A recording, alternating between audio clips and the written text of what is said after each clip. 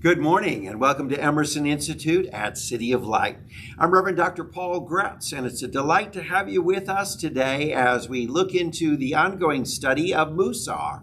Our class is based on the book Everyday Holiness, The Jewish Path of Musar from the Musar Institute. Today we're looking into the depths of some wonderful character traits that we're called to live out, that we might live out the highest and best in our journey. As we prepare for today's class, I'm going to invite you to take some deep breaths and recenter yourself, allowing yourself to just release all distractions and cares, focusing in on this moment right here and now, and the wonderful things that are available to us in the now, in this wonderful moment. Let's breathe together. We're going to breathe in through our mouth. We're going to hold for a brief moment and then release through the nose, pushing out all of that tension and stress. Join with me. Let's breathe. Breathe in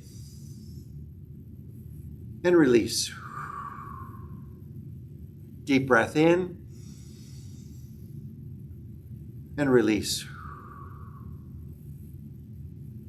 Deep breath in and release.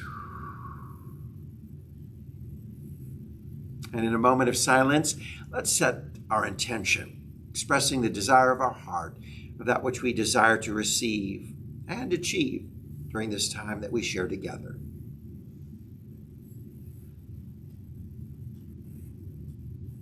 And so it is.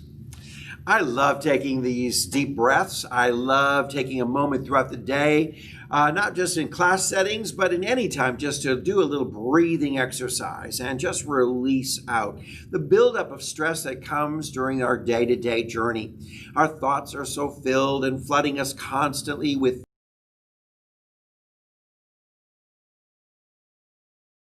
to me at revtpaul@aol.com. Just send me an email and we'll make sure that class notes are sent out to you. Now today, I'm not sure if class notes have gone out because of some traffic here in Atlanta where our registrar was not able to get to our class setting on time, but I believe that we're going to send them out to you anyway, even if they arrive to you post or after this class. So look forward to those. The notes are cliff notes of the chapter and enable you to follow along and just write in your own little thoughts along the lines of it. Because at the end of every class, we're asking you to share what's your takeaway. We'd love to hear from all of our students. If you're taking this class for a credit, we need to hear what's your takeaway. This is the closing out of the class session. We want to know what's really spoke to you in this time.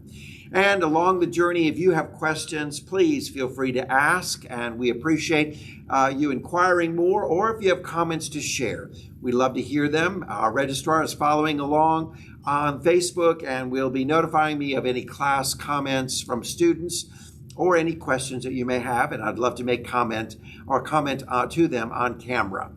So let's dig in. This is class number 3, and this is chapters 8, 9, 10, and 11 of this book. So let's begin by refreshing what is Musar, but an ancient spiritual pathway that goes all the way back to the times of Babylonia. It is a pathway of learning of ethics and correction within our lives to enable us to be a mensch, meaning a decent person.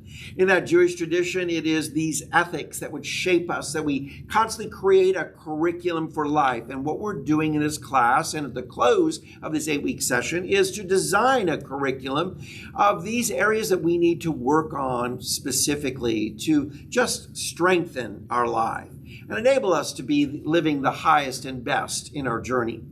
So along with it, we're understanding a Jewish pathway, meaning that you need not be Jewish to follow this pathway, but a powerful teaching that's applicable to anyone of any faith tradition. It is a Jewish outlook on ethics that helps us create a very well-rounded perspective in our spiritual pathway.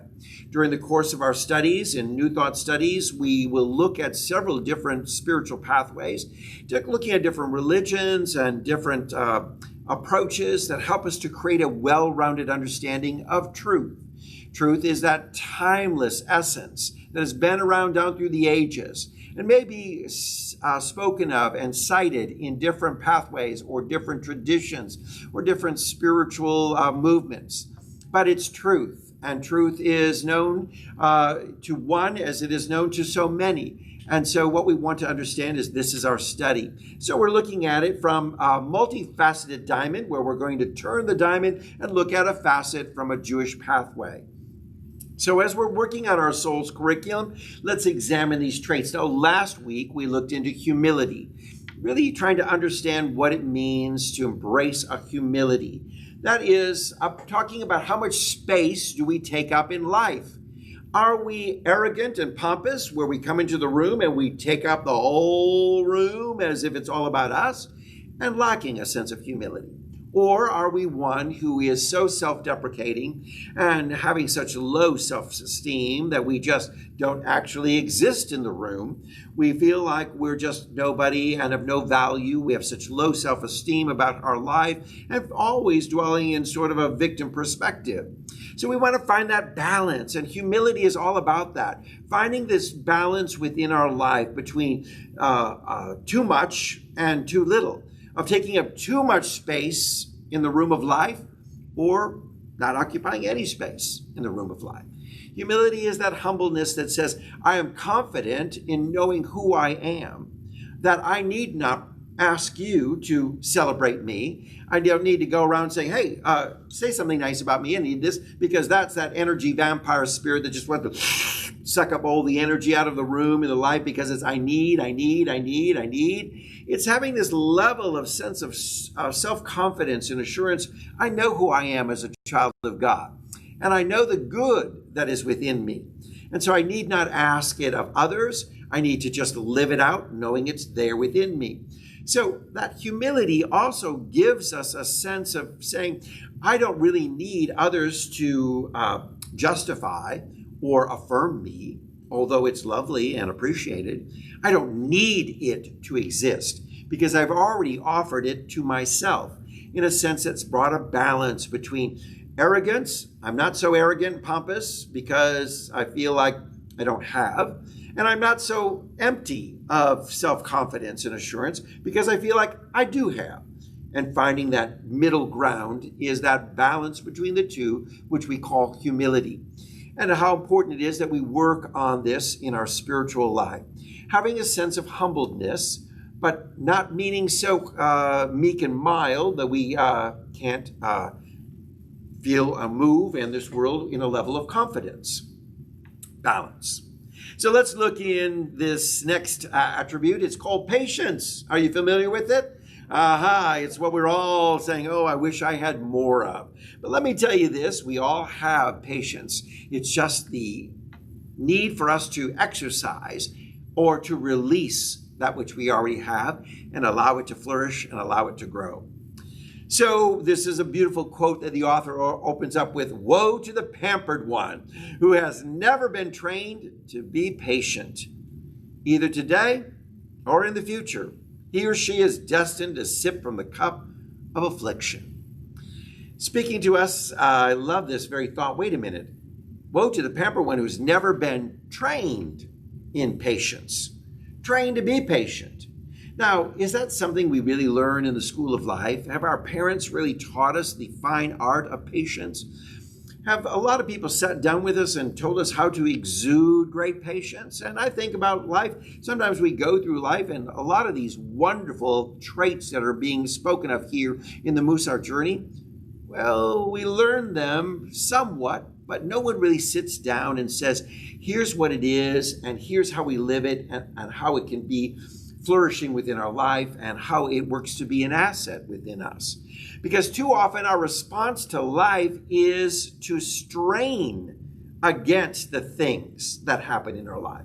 And so rather than embracing a sense of patience, what we're doing is restraining about it, and that is this impatience we have with our world. We want everything right now. Things are not working the way we want them to. We become impatient with people who just get it. I don't understand why you're so stupid, we say. And, we get all this energy built up with us of impatience that truly then is that we will drink of the cup of affliction, sadness, sorrow, disappointment, dissatisfaction. We live in that realm because we've just embraced the spirit of impatience within our life. But let me tell you this, impatience seldom makes things go faster or better and only causes greater grief. Have you ever found your impatience really moving someone? I had a friend who was on the phone with Marta trying to get the information on bus routes and becoming very impatient with the woman who was soft-spoken, had a rich accent, and he was, ma'am, I can't hear you. I can't understand you. You got to speak clearly. And the impatience began to rise up within. And he began to say, when you put me on hold, the hold music is just too loud and it just disrupts me and makes my life miserable. And what'd she do? She just put him on hold, saying, click. Where did that impatience get him? Nowhere. How true that is in our life, because we think being impatient with someone, being not embracing a spirit of graciousness and kindness and allowing things to flow as they're meant to go, and knowing that with some people, not everything is going to go the way we want it to go or as we think it should be. So that impatience just creates more of the cup of affliction that we're called to drink of. The wisdom of the scripture invites us then to understand that we're called to walk in God's ways. Walk in his way. It writes is the beautiful words from the Old Testament of the Hebrew scriptures. It's calling us to emulate God. And I chose that as my word for today and my spiritual tip. The word is to emulate, to be, to reveal, to imitate, to be God in the moment. For God is merciful and gracious, so let us be merciful and gracious. If we want the world to be infused with these qualities of goodness, well, what happens is we have to take a responsibility to become vessels of these very same virtues. If we want to see it in others, what do we have to do? We've got to demonstrate it ourselves. So if you want others to be patient with you, be patient with them. Let's give the gift of patience to the world around us. Now, our problem is based on our reactivity, the way we react. There is a wondrous and sublime pleasure that really comes to us from acting, from righteous thinking, from being righteous with everyone. It's just beautiful when that happens. But patience then is this tool given to us to help us to react rightly, meaning in right thinking, in a correct manner. To do so, we're called to be patient with others, and that is a way to allow us to live out a gift that we can give to the world around us. For the world will respond kindly to the patience that we offer. Now, there's a Hebrew word for patience, which means tolerance. Patience means enduring, being tolerant with something, tolerating the experience, even if it brings suffering. Wow. Now again, suffering is only that which we view as suffering, because there's a lot of people who we may think are suffering, but are not. And there's no cell phones, and there's no lazy boy recliners for them, and there's no washing machines, and but wait a minute. Their life is fulfilling and rewarding in its own context, and they're finding great joy in village life. It's just seen different. But we may think it or label it as, oh boy, are they suffering.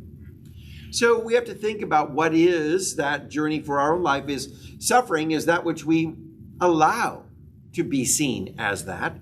Because I've known those who tell stories of being imprisoned, but said, I didn't suffer in prison. I found joy.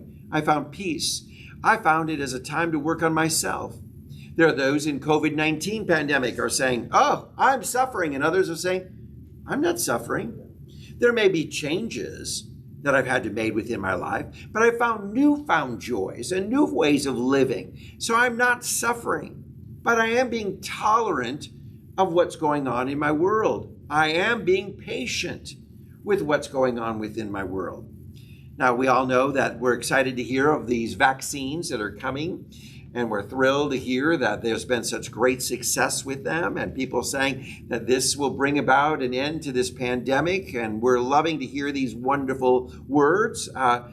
Yet everybody wants it right now. So let us exercise patience as the scientists and doctors work through to create a quality vaccine for us. Let's not be impatient. Let's be tolerant.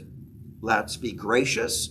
Let's be in right thinking. And let it not be then that we look at it as all of this is suffering. So patience is not just about waiting, because a lot of times we think about, oh, just be patient and wait. And we think patience is just, I got to wait, I got to wait, I got to wait. But it's also about bearing. There's a passage of scripture that says, bear ye one another's burdens. Carry them. Be tolerant of them. Embrace them in a way that says with loving kindness, I will be compassionate. Because, there's a lot of people in our world that we may not know the burdens they're going through, but we get to be very sometimes judgmental of them. This person should know better. This person should have done better. My child should have acted better. We go on and on with all kinds of judgments, but we don't know the burdens that someone is carrying or going through. So let us be patient as we bear, as we become tolerant, as we go through some of the challenges and learn about challenges that a person's going through. How quick we are to make judgments until we learn, oh, wait a minute, this person has a learning disability or has anxiety or fear around something. Or this person is maybe not gifted in the same way that you were gifted, but gifted in another way. But because you're looking for them to act and live as you would and assume that they're on your pathway, we don't realize that they may be carrying some burdens. So let us find compassion in our patience. Be patient with one another, and let's be understanding of the challenges that they may go through. So bearing is to let go and to know that it may be out of our control and to find peace about it. Woo! Is that a hard one? To say it's out of my control, because aren't we just created to be great control freaks? We all are, aren't we? We all have something that we want to control our environment, control our conversations, control this, control that, control what's going on, control our day. And in that controlling, that leads us then to people who are always asking, how? And if we don't know the how, we don't know how to control. And so it just becomes this spiritual cycle of fear and negativity that just builds and stress and creates a world where we become less patient. What happens is impatience snuffs out consciousness. It snuffs out our awareness that all is good. Everything is happening together for good.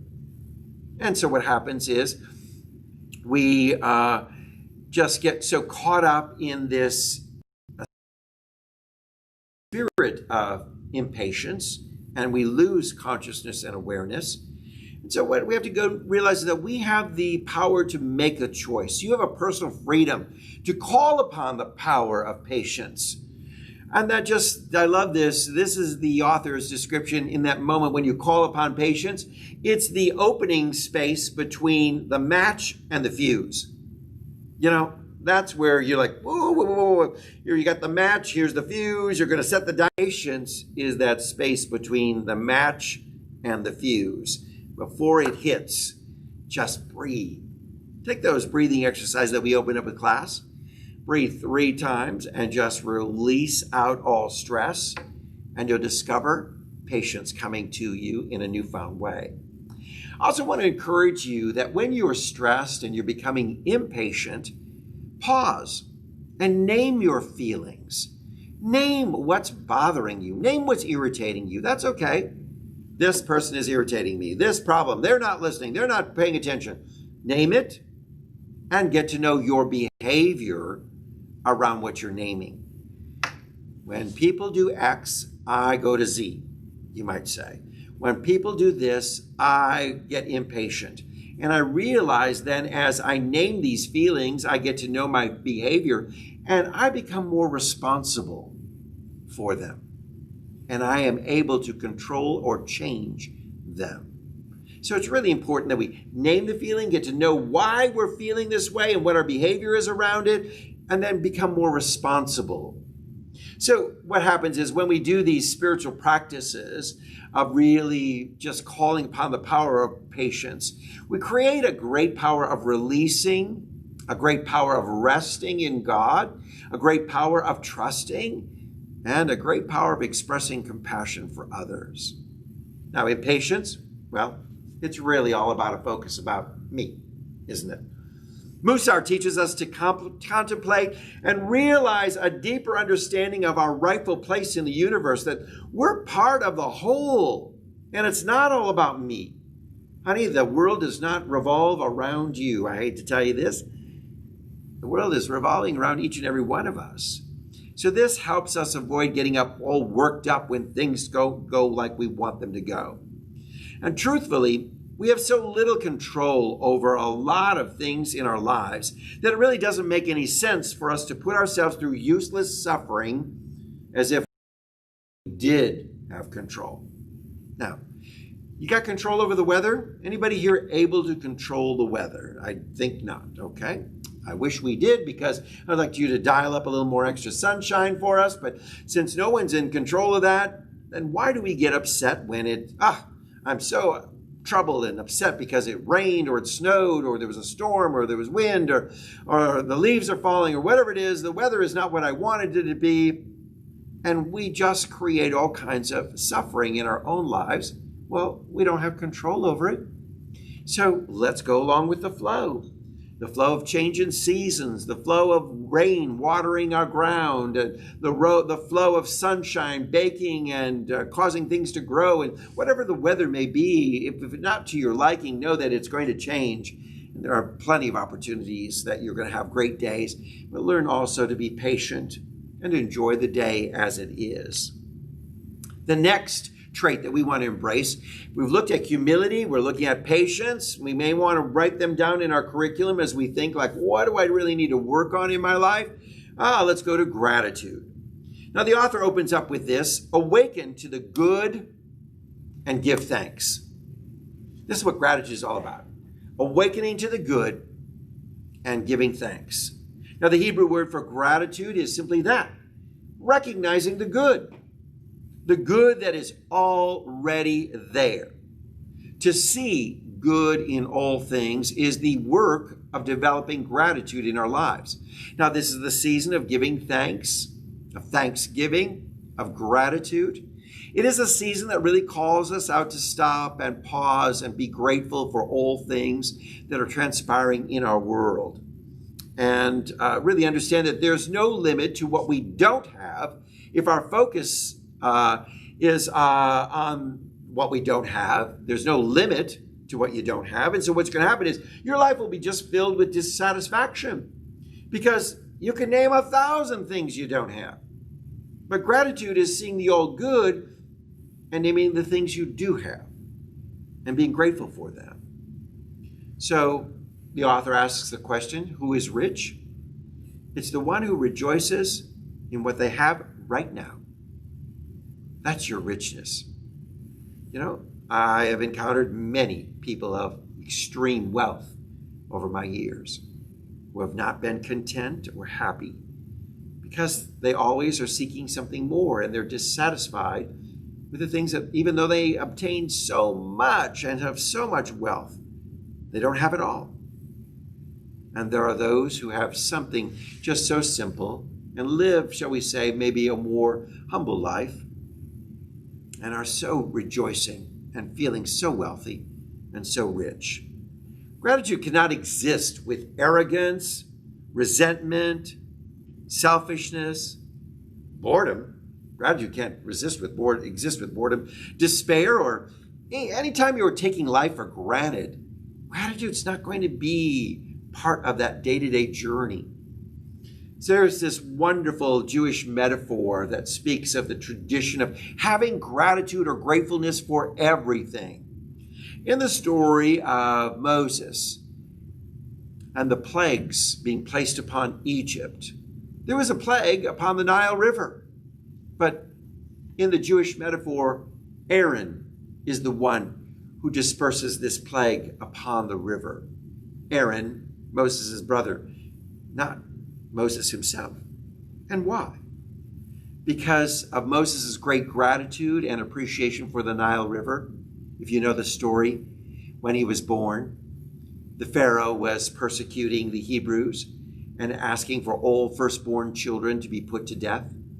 And Moses, being the firstborn child, was placed in a basket in the Nile River. And his mother just let him float down the Nile, and the Nile cared for him. The Nile provided safety for him. And he actually floated into the hands of the Pharaoh's daughter who was bathing in the water. And she took Moses in and adopted Moses and brought Moses' actual mother as a nursemaid into the Pharaoh's palace. So great gratitude in this metaphor. In the Jewish tradition, Moses could not bring about a plague upon the river that had brought so much good to his life. Now, it's a metaphor of our lives, and we may think, are there times when you've been grateful for something, a material possession, or something, or someone that has done something so much so great in your life, and you're so filled with appreciation for them, well, that you could not do anything harmful to them? You're so appreciative of them. Now, I drove a 2004 Mercedes until she was about ready to just give up the ghost. I loved that car and was so appreciative of that car. That car took care of me, provided transportation for me. On the day that she was hauled away to be taken to the Mercedes dealership in the sky, shall we say, that the electrical system had just given away, and I traded it in, and the dealer said, I'll take it for parts. You know, there's like nothing more of value here that we can really look at. So what we find is, that's okay, just let it go. I just took a moment of great gratitude, and I sat in the car, and I just wanted to say to this car, to this physical machine, thank you. I called her Bessie. Thank you, Bessie, for carrying me, for providing for me, for great appreciation. I am so grateful for what you gave to me. And I just lovingly sell you off now, knowing that your parts will go on to bless other vehicles, and you'll be a blessing in so many other ways. There's a rabbi who said, every time I get a new pair of shoes and I discard the old tethered ones, I wrap them up in paper and gently place them in the trash. Why? Because I have a gratitude and appreciation that they served me well, and for that I'm grateful. You see, what happens in our lives is if we're expressing this kind of gratitude on a day-to-day basis, it's an appreciation for all things. It comes with a sense of thanks for all things around us and the good that they've brought to us. Now, one of the times we have trouble with gratitude, and why we are not so good with gratitude, can be this. So often we get absorbed into the things of this world and their environment, and we just take everything for granted. That is a dangerous place to be, because we don't appreciate, we don't value. This is so true in relationships. So often people don't value the relationships that they have of friends and family. And then there's not a sense of gratitude and gratefulness for these things. And as they're taken for granted, quite often they slip away. So often we're used to our gifts so much that we just don't even see the things that we have. So we need to pause and stop and just say, wow, I'm grateful for clothing. I'm grateful for shoes. I'm grateful for a watch. I'm grateful for these glasses. I'm grateful for my car. I'm grateful for my home. I'm just walking around touching things and saying, I'm grateful for this table and this chair and this building, this carpet, these lights, and just enhancing the spirit of gratitude by recognizing and acknowledging everything around you. You may say, well, that sounds kind of silly. But let me tell you, it stretches. It grows the spirit of appreciation and valuing of things around you.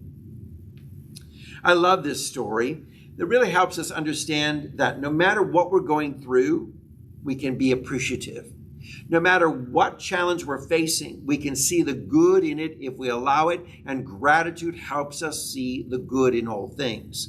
It's a story of a rabbi who was walking along the way, and he was accompanied by a rooster, a donkey, and a lamb. No, they didn't go to a bar. That's a joke. But they were going, a rabbi walks into a town with a rooster, donkey, and a lamb. And they went to the inn to look for a place to stay, but there was no room in the inn, and they were turned away. And the rabbi just simply says, whatever the all-merciful does, well, it's for my good. I'm grateful for whatever's transpiring within my life. Well, what happened is suddenly the wind rose up and it blew out the lamp. And the weasel came and ate his rooster. And the lion devoured his donkey. And in each case, he said, I am grateful. I am grateful for all the merciful things that the God of divine guidance transpires in my life. Therefore, my good. Well, that night, a marauding troop came and took captivity of everyone in the town where he was. But he was spared. Why? Because had the rooster crowed, he would have been discovered. Had the donkey brayed, he would have been discovered.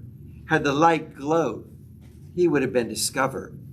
Each one of these things he was grateful for because all things work together for good. That's really what gratitude is all about. I am grateful and I'm appreciative. I am so appreciative of whatever is happening. I'm grateful for it because I do believe that no matter what transpires in my life, it's for me to grow, to develop, evolve. It's for my highest and best. It's for my good. So I am grateful for each and every experience. So here's a practice. When something good happens in your life, offer a blessing. And simply say, that was also for the good.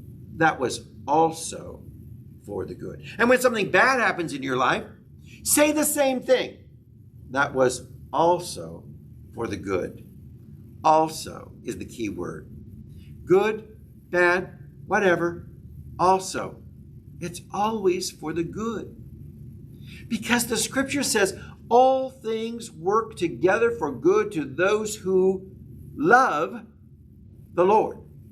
The Lord being this higher consciousness, this greater awakening and understanding to say, you know what? I don't know, but maybe today my rooster was supposed to be eaten by the weasel, and maybe today my lamp was supposed to be blown out, and maybe today the lion was supposed to eat my donkey, and that's all for the good. Because now I realize, had those things not happened, I might have been in danger. So when you have that flat tire, say, this too is for my good. When you're delayed in traffic, you might say, this too is for my good. When things disappoint you and don't always happen the way that you think they should be, rather than being impatient, let us add impatience and gratitude. Gratitude helping us then to be more patient. So what we want to understand is that we're called to weave this thankfulness into the fabric of our lives. And how do we weave thankfulness into our life? How do we weave it in so it becomes just a normal factor of us? We need to speak thanks on a regular basis. Speak appreciation. Say nice things. Speak appreciation. Speak gratefulness.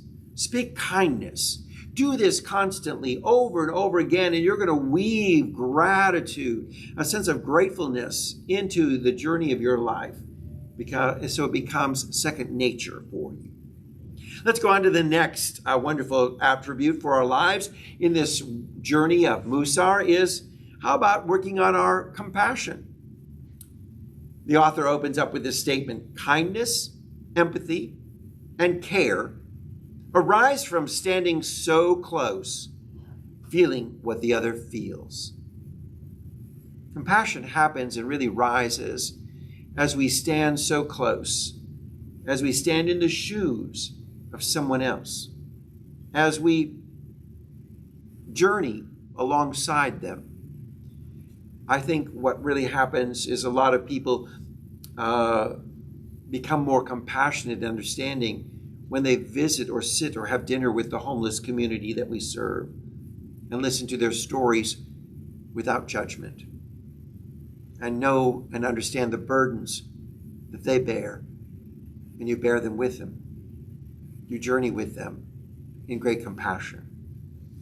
Now, the Hebrew Talmud asserts that anyone who is not compassionate with people, well, they're certainly not a descendant of the forefather Abraham, because Abraham and all the Jewish tradition is based and grounded in a spirit of compassion. For the Hebrew word of compassion means womb. It's like the love a mother has for a child, the tenderness of a mother caring for that child within her womb. The Jewish view of of God is compassionate, that God is a compassionate God. In a world run only according to stern justice, well, it leaves no room for learning or change. So we as people of justice and of fairness and equality and all this, sometimes we can be very law-oriented. The rules are this, the rules are this, the laws are this, and you disobeyed. But sometimes there are rules that are broken, and sometimes there's exceptions in the spirit of compassion, where we want to rebuild and restore through the power of compassion. I think one of the great mistakes we make in our world today is we're so quick to send people off to jail because the law says it. You broke the law and you're off to jail. And what is jail doing for them but only hardening their hearts? But how about compassion for that individual? And how about we create a world of rebuilding, restoring, renewing, helping people to find what the missing link was in their life, which caused them to do harm or ill to others or to commit a crime. I think this is the spirit of compassion, where sometimes we run our world with stern justice. There's got to be a room in our life, a space in our life for compassion for others. Put it in another way, well, compassion is an inner quality that grows within us out of our perception. The way that we really see ourselves sometimes is we may see ourselves as separate from one another. And that perception removes us from the spirit of compassion. I'm not them. I have nothing to do with them. That's their problem. That's their issue. They should know better. We don't know. Well, here we are in a spirit of judgment that's removed our ability to be compassionate towards those in need. You see, compassion really comes into play when we put it to use. When we start practicing it, we become more compassionate. If you want to embrace compassion, just start exercising it. It's like a skill or a tool that really only gains value when it's used. So we've got to use it. Use compassion. Think about, how can I broaden the spirit of compassion in my life? What could I do that would make me more compassionate towards others? Because this is what really offsets judgment. You know, one of the problems in our world is we can be very quick to judge, can't we? We create a society that's full of judgments of others. But compassion, it enables us to offset that judgment and to see the potential of the best in others. So begin to look for the best in others. Look for God in everyone. So no matter what someone's doing, no matter what their life is that you may not always agree with or you may not feel comfortable with, whatever it may be, look for the good. Look for the God. Look for the best. Look for the potential in them. Call it out. Bring it out. And compassion will be that vehicle that enables you to lift up someone rather than push them down in judgment. Today's last trait for us to look at is the trait of order.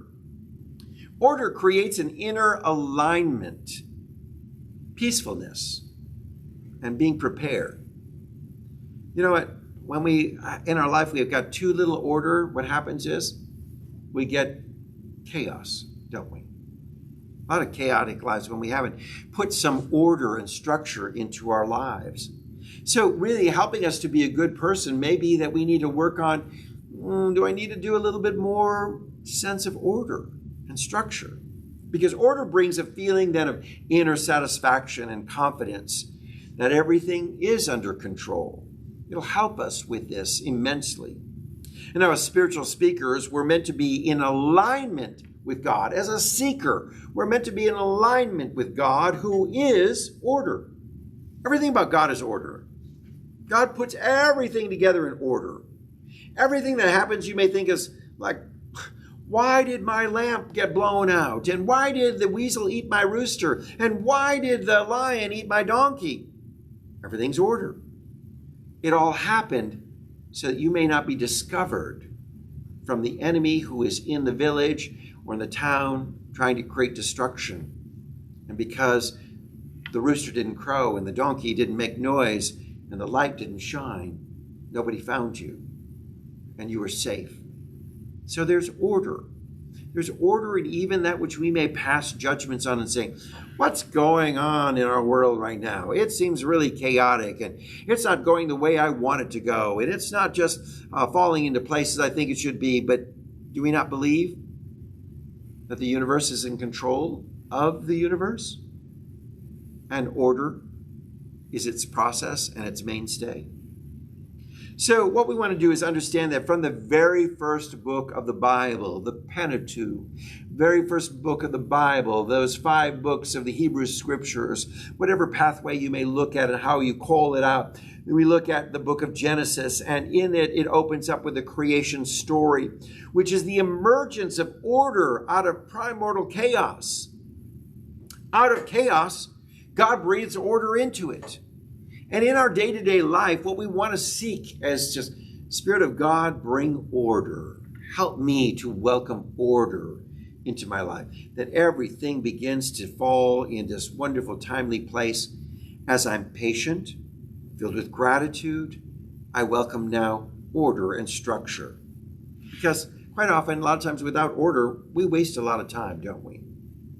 Order really is sometimes something that we want to rebel against. I don't want any structure. I want to be free. I want to do whatever. I don't care. And these people are trying to give me orders and trying to line me up. And even in the Jewish Midrash stories brought about in our today's lesson, Moses argues with God as God says, I would like you to line up the children of Israel in this order. And Moses is carrying on this conversation with God and saying, well, you know this tribe is going to say, I don't want to stand in front. I want to be behind. And, I don't want to be there. I want to be over here. And I don't want to do this. I don't want that. Trust me. Years ago, working with a choir, that's one of the great challenges of the church is the music department. Years ago, working the choir, asking them to wear robes. I am not wearing robes. I don't want to look like I'm an individual. I want to wear things when I want to wear. Okay, so there was no order. Everybody showed up, doing whatever. And there was a way that, for those who do wear a robe, the stole hangs this way. I'm not wearing it that way. I want it off the shoulder. I want to wear this. I'm going to wear a pin. I want a brooch. I want a hat. And I'm like, okay, so we've lost all kind of sense of team. It's kind of like you join in on a team on the basketball court. Someone says, I don't want to be the center. I don't want to be the guard. I don't want to shoot from there. I don't want to play this way. I want to do the basket. I want to play with that hoop, not this hoop. I don't care if our goal is over there. I'm going over here. I want to do whatever I want. Well, there's a need for order. It pulls things together in the spirit of creating a team. So what happens is quite often we rebel against order because we don't have a sense of humility. Too much me. And we focus on, wait a minute, it's about me and my individuality, what I want to do, rather than acquiescing to a greater cause and a greater need. And being able to say, I'm going to take up less space and I'll be joining in the team and working together as a team. Yeah. My son learned very on in basketball. When the coach said, this is the play, this is what we're going to be doing. And when he got out on the court, he said, no, I'm going to do my own thing. I know better. He was benched. And he wondered why he was benched. Well, because there was some order to the way that the coach was leading and guiding the team for success. And your me attitude that you know better says you need to be benched. And so what happens is he had to learn the lesson of saying it's not all about me in life, and that there is order for a reason. Because I'm going to tell you this, order is also about honoring others. When you're in a team and there's some order, it's about honoring the other people in the team as well. It's like trying to explain to people, there are reasons that we do what we do. And the choir wearing robes back years ago, pastoring in a church where the choir wore robes, it was because quite often many people didn't know how to dress appropriately. A little bit too low cut, a little bit too, hoochie mama, a little bit too tight pants, a little bit too this or that, that was very distractive to look up there. So we just said, since you've come to church in hot pants and fishnet stockings and a tube top, I think it's probably better that maybe we all wear a robe, and that became to honor others, understanding that we're doing this to honor others. Now, you can express your individuality when you take that robe off. And after the service, enjoy your hot pants and your fishnet stockings and your tube top, or wear that inappropriate T-shirt or whatever you've done or you're wearing, etc. I could tell you stories galore. Let me tell you. I said you have the right, but in this time, let's honor other people with some sense of order. And so we're going to wear the robe. We're going to wear the robe because we honor other people. So order is like this. And I love this closing illustration that he offers. Order can be compared to the clasp on a pearl necklace. The pearls are what make the necklace. And they are definitely more important than the clasp. But without the clasp on the pearl necklace, what would happen? Well, the pearls would all fall off and scatter. And all that would remain of the necklace is just the string alone. Similarly, a person contains an abundance of strength and intellect and character traits and qualities. You can have all these like great pearls, but unless you have a clasp, the clasp of order, all these virtues will just scatter and we'll be left with nothing. So today's class, we hope that we're looking at some of these attributes that we can work on within our life. Last week was humility.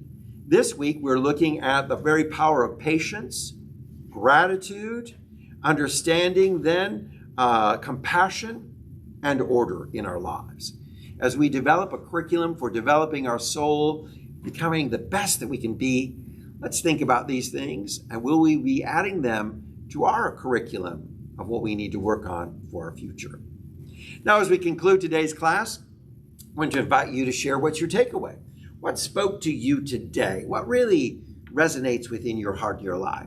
As we go around the room today of our students who have been gathering here, we appreciate each and every one joining us. We invite those of you who are listening through our live streaming or through our YouTube channel, City of Light Atlanta. Well, we'd love it if you share your comments as well with us.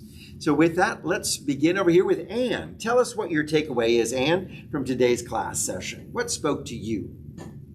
Just speak out really good and loud because the camera will pick up your voice. I need to think about honoring a little bit more because I often don't honor myself and I honor others first, and that's not healthy. But the one thing that Lynn taught me with gratitude to take the alphabet, and I do this before I go to sleep at night, and start with A and go through the alphabet and figure something you're grateful for every letter that's in the alphabet. And that's really helpful, and it's a good way to fall asleep. So. Excellent. Versus counting sheep, counting gratitude, boys. Yep. I love it. Excellent comment. Thank you, Anne. Amy, what's your takeaway from today's class? Well, I was thinking, like, sometimes you have to lose things in order to be grateful for gaining them back or gaining them in the first place. Like if you lose your electricity or your water, and yep. Just about everybody I know when it finally comes back on, these things that we just take for granted is like, oh, thank God the heat's back on, or whatever. Right. Whatever. that feeling, which is true gratitude right there. It's not some rote thing Right. that I'm thankful for, wine or whatever, my gratitude list. And so if you concentrate on true gratitude, it does seem to increase your contentment with whatever your situation might be. Right. If you're content with the situation, then your patience is increased, and actually all good is, your patience, your tolerance, your compassion, your all that stuff. So yeah, It all comes together, that's doesn't where it? my mind just went, Well, it's a wonderful round journey. in circles Good over. connection. Okay. Brenda, what's your takeaway from today's class? Impatience seldom makes things happen faster Uh-huh. or better, and usually only causes grief. Right. It's a good one for me. Excellent. All right, over here to Steve Ginn. Tell us what your takeaway is. Well, I'm going to slightly challenge, the choice of words. Order creates inner alignments. I would say that it doesn't create inner alignment in the sense that alignment doesn't exist and yet order brings it into existence. I think the alignment is already there. I think maybe another word for alignment would be your path. And the path is no good if you're not walking that path. And I think order is the means to walk that path. Beautiful. Good. I like that. That's great. How about David Carter? Dr. David Carter, what do you have from us? My takeaway is every person I encounter is a God being, and regardless of their spiritual awakening. And it's my job to forgive them and love them until they can learn to forgive themselves and love themselves. Great. Learning to forgive and to love, because everyone is a God being. Learning to give and love until they think the way we think. Oh, no, until they come along with us. No. It is learning to live and love just as they are. Beautiful. All right. Do we have any takeaways from any other students? If not, well, thank you. We may have lost some of our students today because we started really late. We apologize for that. Lots of traffic and lots of challenges we went through. But great to have you with us today, and we're delighted that you're part of this class. If you have enjoyed today's session, we invite you to make a donation to City of Light and to the Emerson Institute. You can do so by going to our website at www.cityoflightatlanta.com. And there's a donate button there. You can offer your gifts and your donations to the work of Emerson Institute. We greatly appreciate your support, and we greatly appreciate each and every one of you. God bless you, and I'll look forward to seeing you next week at our 10 o'clock class on Musar, a Jewish pathway of spirituality, learning to discover the highest and best in our life. We're continuing to create our curriculum for the soul's expansion, and we hope you'll join us again. Look forward to seeing you next week. God bless you.